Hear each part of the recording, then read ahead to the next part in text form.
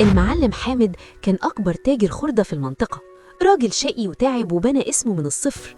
حامد ما كانش عنده أولاد، فقرر ياخد منصور ابن أخته يشغله معاه ويعلمه أصول السوق.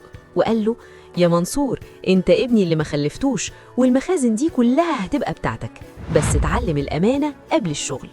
منصور كان بيمثل الرضا والجدعنة، وكان دايما يبوس إيد خاله قدام الناس ويقول له: انت سندي وولي نعمتي. بس الحقيقة إن منصور كان عينه على خزنة خاله، وبدأ يتفق مع المنافس اللدود للمعلم حامد إنه يسرب له مواعيد دخول صفقات النحاس والألومنيوم الكبيرة، عشان المنافس يسبق ويشتريها بأسعار أعلى ويوقع سوق خاله. حامد بدأ يلاحظ إن الصفقات بتطير منه في آخر لحظة، والمخازن بدأت تفضى. في ليلة وقفة العيد جه بوسطجي للمخزن، ومعاه جواب مسجل بعلم الوصول باسم المعلم حامد. حامد استغرب لأنه ما كانش مستني جوابات، بس منصور ارتبك جدا وحاول ياخد الجواب بحجة إنه شغل ضرايب وهو هيخلصه. حامد شك في ارتباك منصور وفتح الجواب قدام عينيه، والصدمة كانت بشعة.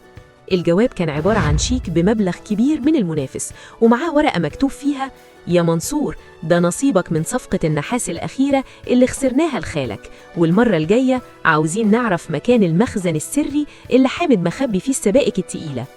منصور الدم نشف في عروقه، والجواب ده جه غلط للمعلم حامد بدل ما يروح لبيت منصور. حامد بص لمنصور بكسرة قلب وقال له: الدم بقى مية يا ابن أختي، أنا اللي كنت هكتب لك كل حاجة باسمك، بس أنت استعجلت على الحرام. حامد ما كانش ساكت، كان مسجل كل المكالمات اللي منصور عملها من تليفون المكتب اللي منصور ما كانش يعرف إنه متراقب. حامد جاب أخته أو أم منصور وخلاها تشوف غدر ابنها بوقائع الصوت والصورة. منصور اتطرد من السوق بالجرسة، وحامد شطب اسمه من حياته تماما، وعرف إن القرابة مش بالدم، القرابة بالأفعال والقلوب اللي بتصون العيش والملح.